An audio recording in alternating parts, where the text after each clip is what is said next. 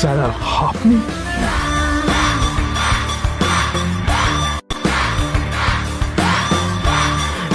Extremely sorry sir.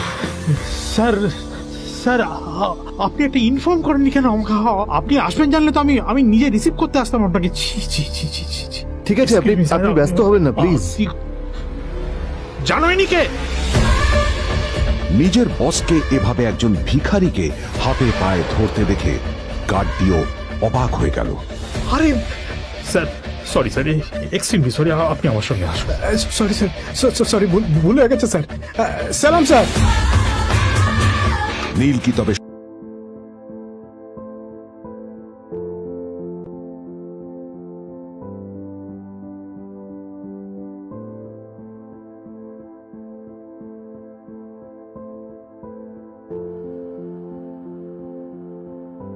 আদ্রিতার চোখে নীল ছিল নিছকই একজন চাকর। সে সারাদিন আদ্রিতার ভাই ফরমাস খেটেও ওকে সন্তুষ্ট করতে পারত না।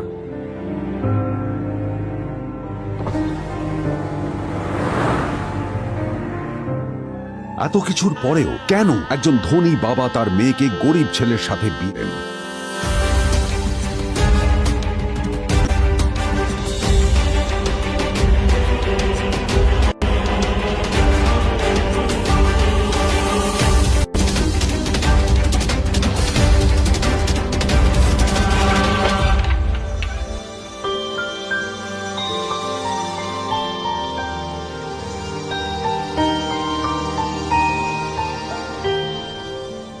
এবং তারপরে সেই মেয়েটি তার গরিব স্বামীর কাছ থেকে নতুন বছরে এমন একটা গিফট পেয়েছিল যে তার চক্ষু স্থির হওয়ার জোগাড় হয়েছিল।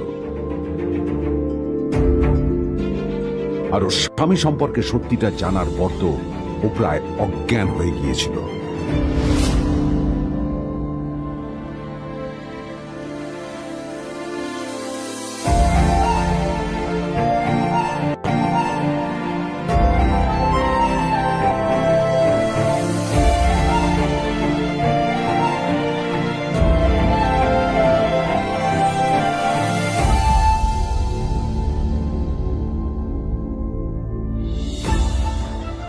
আমার বাবা সবচেয়ে বড় ভুল করেছে তোমার মতো একটা গরিব ছেলের সাথে আমার বিয়ে দিয়ে। আমার সব বন্ধুদের স্বামীরা ওদের কত দামি দামি গিফট দেয়, আর তুমি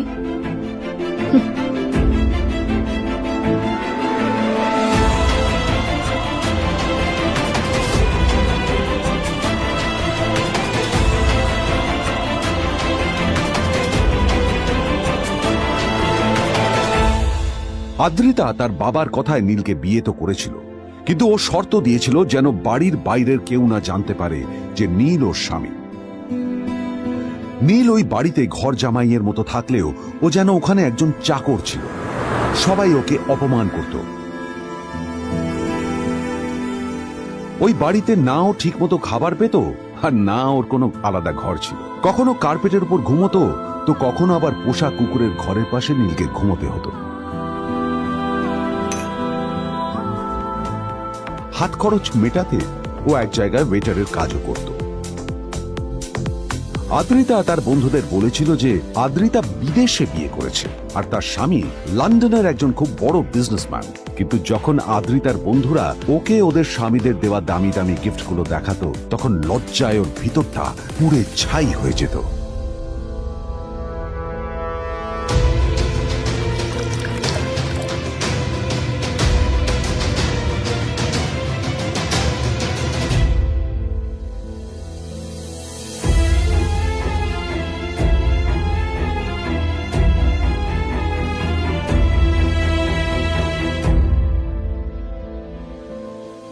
এই যে শোনো, নিউ ইয়ারে আমার একটা গিফট চাই তোমার থেকে।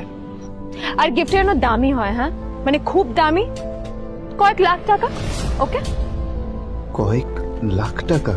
কিন্তু অদ্রিতা, এত টাকা আমি একসাথে কখনো দেখিনি। তোমাকে এত দামি গিফট আমি কি করে দেব? এটা তো তোমার বিয়ে করার আগে ভাবা উচিত ছিল।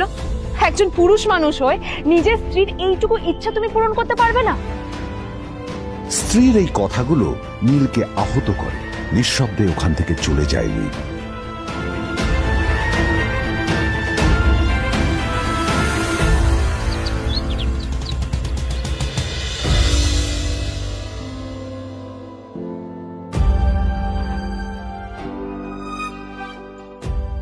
দুদিন পর নিউ ইয়ার পার্টির আগে নীল আদ্রিতার কাছে এসে একটা গিফট প্যাক দেয়।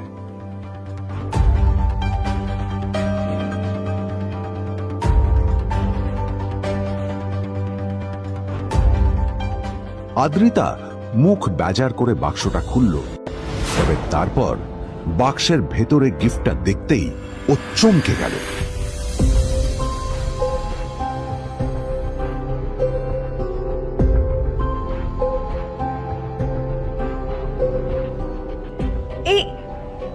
এই ফোনটা মানে এটা তো একটা স্পেশাল এডিশন, এটার দাম তো 3 কোটি টাকা। তুমি এটা পেলে কোথা থেকে? আসলে এটা অরিজিনাল নয়। আমি ওই ফোনটারই একটা কপি এনেছি।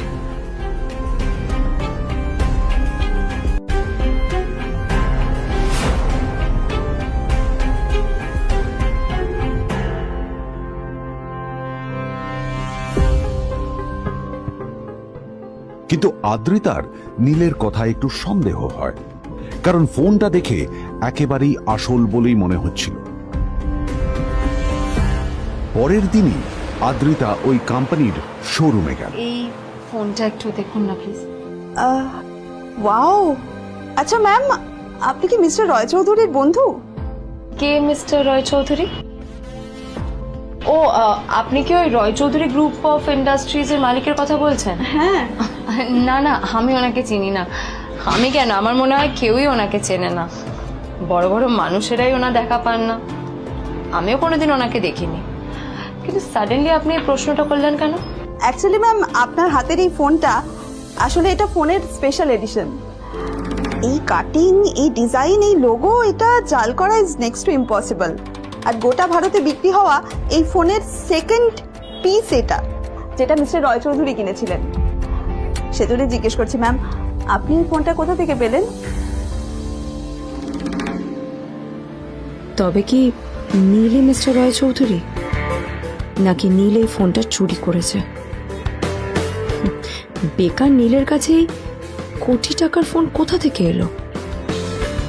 নীলের সত্যিটা তাহলে কি?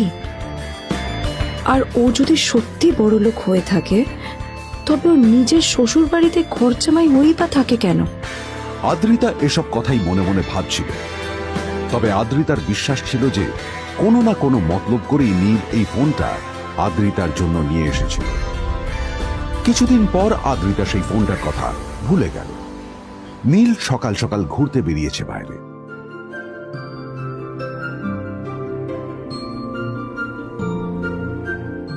কটা বাজে রে? আমার খুব লেট হয়ে গেছে, বুঝলি? তোরা খেল, ঠিক আছে? তোরা খেল, আমি আসছি।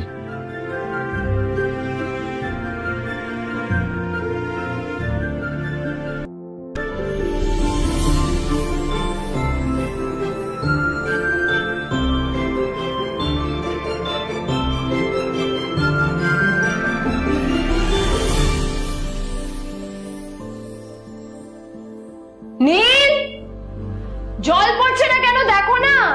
নীল, নীল, নীল কোথায় গেল? নীল,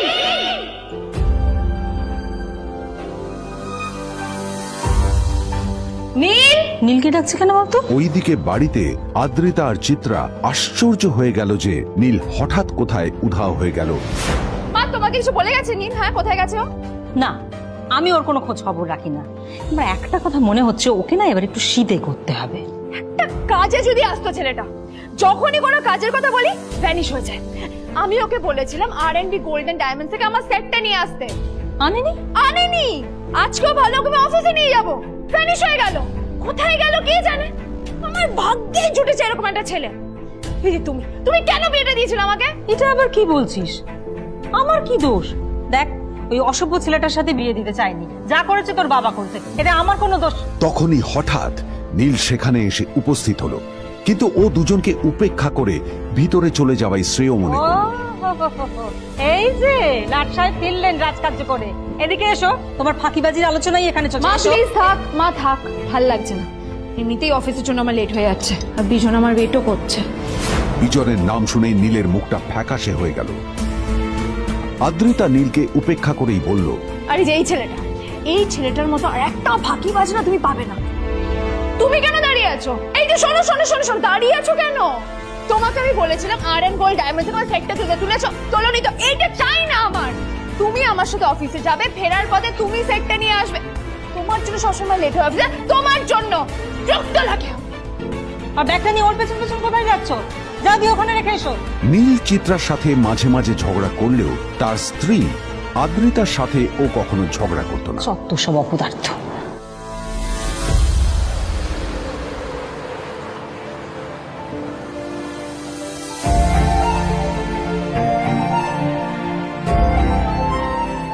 কিছুক্ষণের মধ্যেই তারা আদ্রিতার অফিসে পৌঁছে গেল। আদ্রিতা গাড়ি থেকে নামতে নামতে দেখলো যে তার কাছে অনেকগুলো ফাইল আছে। নীলের দিকে তাকিয়ে ওকেই ফাইলগুলো নিয়ে ভেতরে আসতে বলল। চলো, হা করে দাঁড়িয়ে আছো কেন? ফাইলগুলো নিয়ে ভেতরে এসো।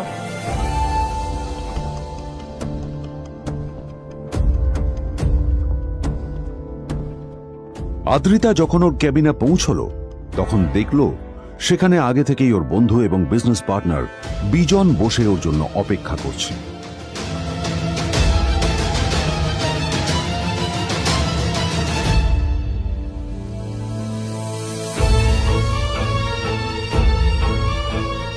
কোথায় ছিলে বলো?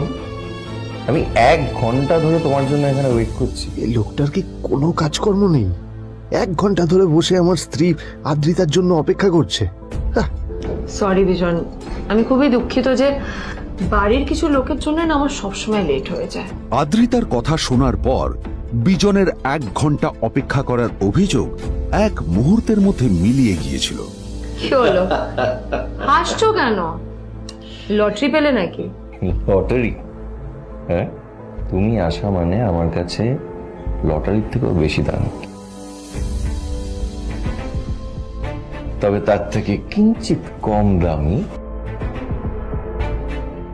একটা গিফট আমি তোমার জন্য এনেছি।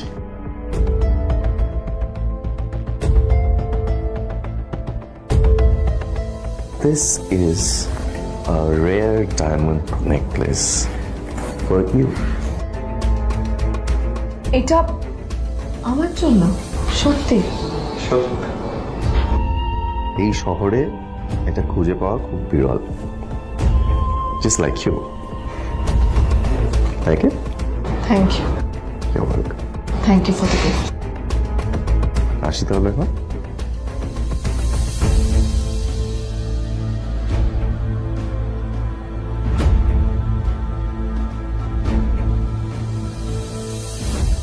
আদ্রিতা, আমি আজ পর্যন্ত তোমাকে কোনো রকম উপদেশ দিইনি, কিন্তু আজ আমি তোমাকে বলতে বাধ্য হচ্ছি। এই যে এই লোকটা তোমাকে শুধুমাত্র ইমপ্রেস করার জন্য একটা নকল সস্তার হীরের গয়না দিয়ে গেছে। এরকম একটা লোকের সাথে তোমার মেশা উচিত না। ভবিষ্যতে কিন্তু তুমি বিপদে পড়বে। আদ্রিতা, আমি তোমাকে কথা দিচ্ছি, আমি তোমার জন্য আসল রেয়ার একটা হীরের গয়না এনে দেবো, এর চেয়েও দামি, এর চেয়ে অনেক অনেক বেশি দামি। তার জন্য আমাকে যাই করতে হোক না কেন, আমি তোমাকে একদিন ঠিক এনে দেবো, ঠিক এনে দেবো তোমাকে। তাদের বিয়ে হয়েছে 2.5 বছর। এর মধ্যে প্রথমবার তার মনে হলো নীল তার জন্য লড়াই করছে। নীলের এই রূপটা দেখে আদ্রিতা চমকে গেল। আজ প্রথমবারের মতো আদ্রিতার মনে প্রশ্ন এলো, নীলকে নিজের থেকে দূরে সরিয়ে রেখে আমি কি কোনো ভুল করছি? না না, এটা আমি কি ভাবছি? বিজন আমার বিজনেস পার্টনার, ও আমাদের মেইন ইনভেস্টর। নীলের এই অ্যাকশনের কারণে বিজন আমার কোম্পানি থেকে ব্যাক আউট করে গেলে কি হবে? না না না না না, নীলের জন্য আমি আমার এত বছরের পরিশ্রমকে জলে দিতে পারি না। আমার নীলকে নয়, আমার বিজনকে প্রয়োজন। এইসব ভাবতে ভাবতে আদ্রিতার নীলের ওপর রাগ হতে শুরু করে। আদ্রিতার রাগ তখন চরমে উঠে যায়। আজ প্রথমবার নীল আদ্রিতার সাথে খারাপ ব্যবহার করেছে। How dare you! তোমার এত বড় সাহস! হ্যাঁ, তোমাকে কে অধিকার দেয় বলো তো যে তুমি আমারই অফিসে দাঁড়িয়ে আমাকেই এতগুলো উল্টোপাল্টা কথা তুমি শোনালে? তোমাকে এখানে আনাই আমার ভুল হয়েছে। সবচেয়ে বড় ভুল হয়েছে। এবার চুপচাপ এখান থেকে বেরিয়ে যাও, right now. Get out. Neel আদ্রিতার এই কথার কোনো উত্তর দিল না। নীল জানতো যে ও যতই কথা বাড়াবে আদ্রিতা ততই বেশি রেগে যাবে। আদ্রিতা যেন তেন ভাবে নিজের রাগ চেপে ব্যাপারটা ওখানেই শেষ করার চেষ্টা করলো, কিন্তু ও তো জানতো না যে ব্যাপারটা তখন সবে শুরু হয়েছে। কি হলো, শুনতে পাচ্ছিস না? কালা নাকি? আমারই সামনে দাঁড়িয়ে আমার কেনা গিফট নিয়ে তুই মজা করলি? কত বড় সাহস রে তোর! নিজেকে তো বিক্রি করে দিলে ওরকম একটা ডায়মন্ড নেকলেস তুই কিনতে পারবি না। তোর এই গরিবের পারফিউম, সস্তা শার্ট, পায়ে একটা ফাটা চপ্পল নিয়ে নিজেকে বড় হিরো মনে করছিস? তোর নিজের কত দাম সেটা তোর নিজের জানা উচিত। Zero, big zero. সালা খরচা মাই। চল।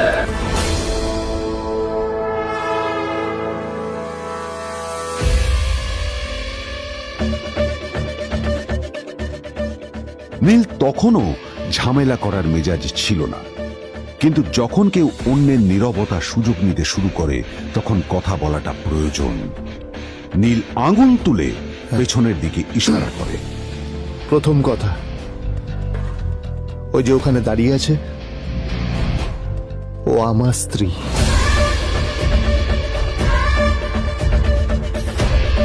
তাই আমার স্ত্রীকে তোমার নেকলেস দেওয়ার কোনো অধিকার নেই।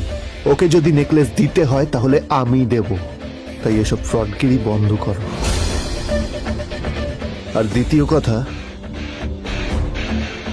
যার পকেটে পয়সা নেই ঝনঝন আওয়াজ করা তার মানায় না।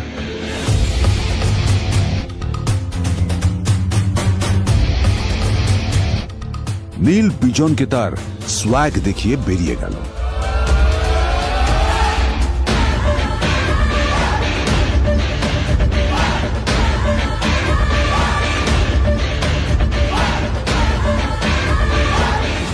আদ্রিতার রাগে গজগজ করছিল। ওর জ্বলন্ত চোখের সামনে শুধু নীলের মুখটা ভেসে উঠছিল। ও যতই নীলের কথা ভাবছিল ততই ওর রাগ বেড়ে যাচ্ছিল। গত কয়েক মাস ধরে আদ্রিতার কোম্পানির অবস্থা একেবারেই ভালো ছিল না। আদ্রিতা তা সামলানোর আপ্রাণ চেষ্টা করছিল। কি যে করবেও সেইটাই বুঝে উঠতে পারছিল না। তারপর বিজনের সাথে ওর দেখা হলো, আর তখনই বিজনের সাথে ওর বন্ধুত্ব হলো। বিজন একটা খুব বড় পরিবারের সদস্য। আজ বিজন শুধুমাত্র আদ্রিতার কোম্পানির একজন বিজনেস পার্টনারই নয়, সাথে বড় ইনভেস্টরও। আর শুধুমাত্র বিজনের কারণেই আদ্রিতার কোম্পানি এখনো চলছে। এই কোম্পানির সমস্ত লস বিজনই বহন করে এবং আদ্রিতারও ওকে তাই খুব প্রয়োজন। বিজনের সাথে বন্ধুত্ব করা আদ্রিতার পক্ষে সহজ কাজ ছিল না। অনেক কাঠখড় পুড়িয়ে আদ্রিতা ওর কাছাকাছি এসেছিল। সবকিছু ঠিকঠাকই চলছিল, সবকিছুই আদ্রিতার প্ল্যান অনুযায়ী হচ্ছিল, কিন্তু নীল আজ এসে সবকিছু নষ্ট করে দিল। জাস্ট কি দরকার ছিল বুঝতে পারছি না। কি দরকার ছিল নীলের বিজনকে এতগুলো কথা শোনানোর? এবার বিজন আমাকে টাকা দেবে কিনা সেটাও জানি না, আমার কোম্পানিতে ইনভেস্ট করতে চাইবে কিনা সেটাও বুঝতে পারছি না। কি করব?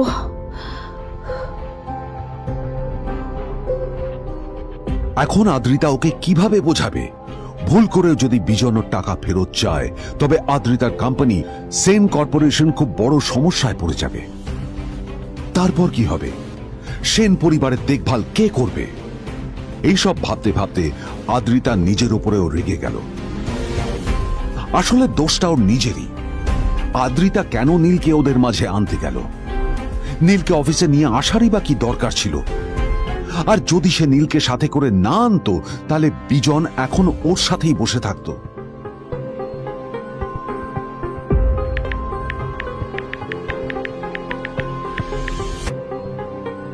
প্যামেলা, আমি মিটিংয়ে বেরোবো, আমার চেঞ্জটা একটু নিয়ে এসো প্লিজ। Thank you.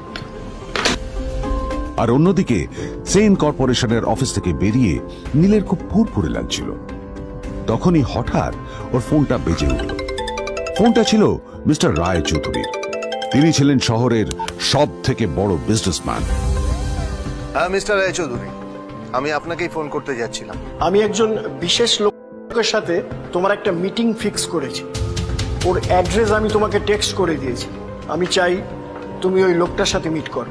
ঠিক আছে, আমি যে কোনো কারোর সাথে দেখা করতে পারি, কিন্তু তার জন্য আপনাকে আমার দুটো শর্ত মানতে হবে। প্রথমটা, আমার জন্য একটা রেয়ার হীরের নেকলেস আপনাকে জোগাড় করে আনতে হবে। আর দ্বিতীয়টা, আমি আপনাকে টেক্সট করছি, এটাও কিন্তু একই রকম জরুরি। এই দুটো কাজ আপনাকে যত তাড়াতাড়ি সম্ভব করে ফেলতে হবে আমার জন্য, ঠিক আছে? তোমার অ্যাকাউন্টে কিছু টাকা পাঠিয়েছি, কিছু জামা কাপড় কেন, যাতে তুমি ভদ্র সমাজে আসার যোগ্য হও, আর তোমাকে আমি স্বামীর পরিচয় দিতে লজ্জা না পাই। তোমার কারণে আমার পরিবার লজ্জা পাবে, আমি সেটা চাই না। যখনই দেখি তখনই তুমি ভিকিরির মতো ছেঁড়া ফাটা জামা কাপড় পরে থাকো। আসলে আদ্রিতার বাড়িতে আজ ফ্যামিলি ডিনার পার্টি ছিল, আর শেষবার নীলের জন্য ওকে অনেক ঝামেলা পোহাতে হয়েছিল। মেসেজ পড়ে নীল ফোনটা নিজের পকেটে রেখে রাস্তার ধারে গিয়ে একটা ট্যাক্সি থামানোর জন্য হাত বাড়িয়ে দিল। নীল ট্যাক্সি ধরে গোল্ডেন সিটি অ্যাভিনিউর দিকে বেরিয়ে পড়ল। গোল্ডেন সিটি অ্যাভিনিউ শুধু কলকাতারই নয়, এটা ছিল সারা পশ্চিমবঙ্গের সবচেয়ে বিলাসবহুল সোসাইটিগুলোর মধ্যে একটা। আসলে এই সেই জায়গা যেখানে মিস্টার রায়চৌধুরী আজ তার জন্য গোপন মিটিং ফিক্স করেছিলেন। কিন্তু নীল কার সাথে দেখা করতে যাচ্ছে এ সম্পর্কে ওর কোনো ধারণাই ছিল না। যখন নীল সেখানে পৌঁছলো, পুলভিলার বাগানে বসে থাকা লোকটিকে দেখে রাগে নীলের রক্ত ফুটতে শুরু করলো। নীল ওখানে না দাঁড়িয়ে বেরিয়ে গেল। তখনই হঠাৎ একটা মেসেজ এলো। আসলে আজ আদ্রিতার ফ্যামিলি গ্যাদারিং এ যাওয়ার আগে নীলকে ওর হাই স্কুলের রিইউনিয়নেও যেতে হতো। গ্র্যাজুয়েশনের পর এত বছরে এই প্রথম নীল তার কোনো কলেজ বা স্কুলের রিইউনিয়নে যাচ্ছে। এতগুলো বছরে নীল তার কোনো বন্ধুর সাথেই দেখা করেনি। নীলের তার পুরনো সহপাঠীদের কথা মনে পড়তে লাগলো, যাদের সাথে ও স্কুলে মজা করত। আজ আবার ওদের সকলের সাথে নীলের দেখা হবে।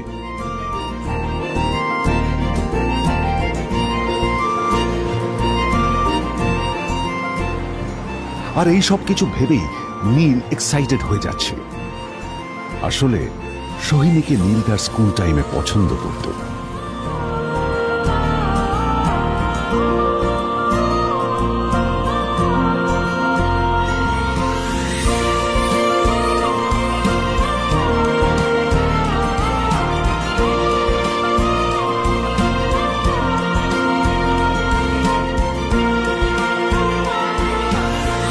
অন্যদিকে সেম কর্পোরেশনে ইনভেস্টরদের সঙ্গে আদ্রিতার মিটিং একেবারেই ভালো যায়নি। তাকে দেখে বেশ গম্ভীর মনে হচ্ছিল।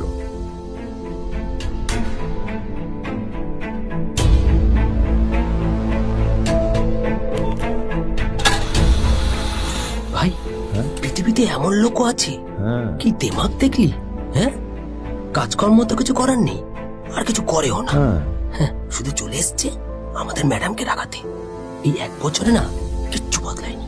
আরে আমি তো ভেবেছিলাম যে এর সাথে ম্যাডামের আর কোনো সম্পর্কই নেই, কিন্তু না, এখন যা দেখছি উল্টে ম্যাডামের মাথায় উঠে নাচছে। আমার মাঝে মাঝে মনে হয় এদের দুজনের বিয়ে কিভাবে হলো। আর বিয়ে তো অনেক পরের কথা, 2 বছর হয়ে গেল, এদের এখনো ডিভোর্স হলো না। হ্যাঁ, আমার তো ভাবলে কিরকম অবাক যা লাগছে। বলেছিস।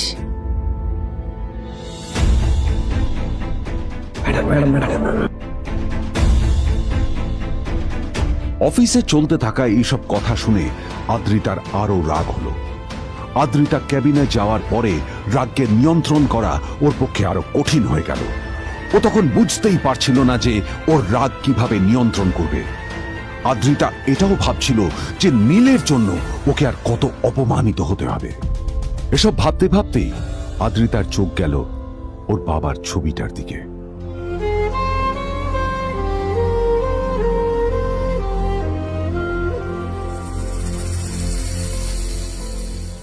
আমি তো তোমার সবচেয়ে প্রিয় মেয়ে ছিলাম বাবা,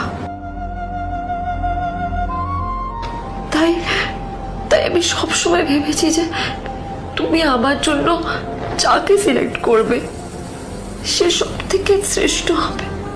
তাই আমি নিজে থেকে কখনো কোনো রিলেশনশিপে যাইনি,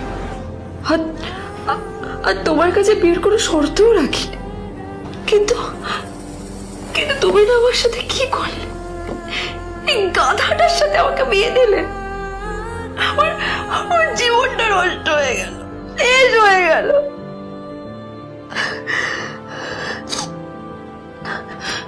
আমি যদি একটু জানতাম যে ও ও কিছু করে না, ঘর চাপাই হয়ে থাকবে, এইসব কাজকর্ম করে, তাহলে আমি কোনোদিনই বিয়েতে রাজি হতাম না বাবা, কোনোদিন না, কোনোদিন।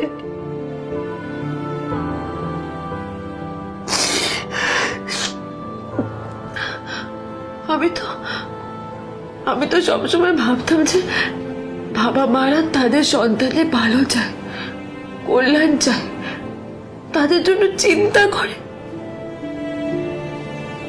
কিন্তু কিন্তু বাবা, তুমি আমার জন্য একটু চিন্তা করোনি। তুমি শুধু তোমার শেষ কর্তব্যটুকু করতে চেয়েছিলে, শেষ ইচ্ছাটুকু রাখতে চেয়েছিলে, পালন করা হয়ে গেছে, আর আমাদের তুমি ছেড়ে চলে গেলে। তুমি আমাকে ছেড়ে চলে গেলে। অন্যদিকে নীল রিইউনিয়ন পার্টির জন্য হোটেল প্রাইম স্টারের দিকে রওনা হলো। হোটেল প্রাইম স্টার ছিল শহরের সবচেয়ে দামি হোটেল। ওখানে শহরের সব বড় লোকেরা যাতায়াত করত। নীল যখনই তার পুরনো বাইকটা নিয়ে ওখানে পৌঁছলো, ওর পুরনো জামা কাপড়, পুরনো বাইক আর ওর পায়ে ছেঁড়া চপ্পল দেখে সিকিউরিটি গার্ড ওকে গেটের বাইরেই আটকে দিল।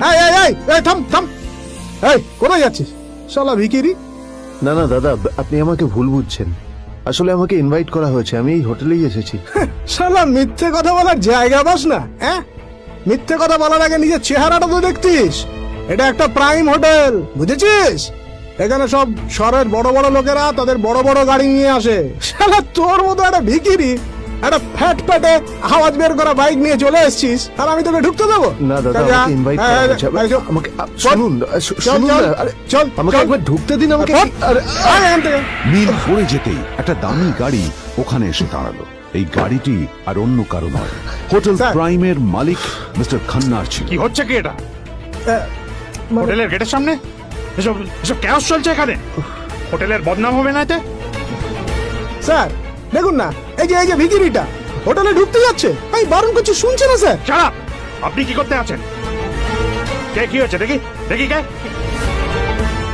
মিস্টার খান্না তার চশমা খুলে নীলের দিকে দেখলেন, আর ওনার মুখটা হাঁ হয়ে গেল।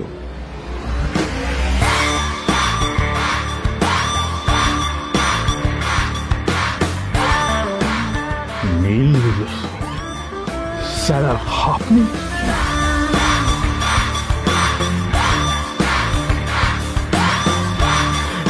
Extremely sorry sir.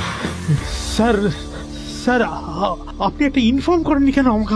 আপনি আসবেন জানলে তো আমি নিজে রিসিভ করতে আসতাম আপনাকে। ছি ছি ছি ছি ছি। ঠিক আছে, আপনি ব্যস্ত হবেন না প্লিজ। জানোইনি কে?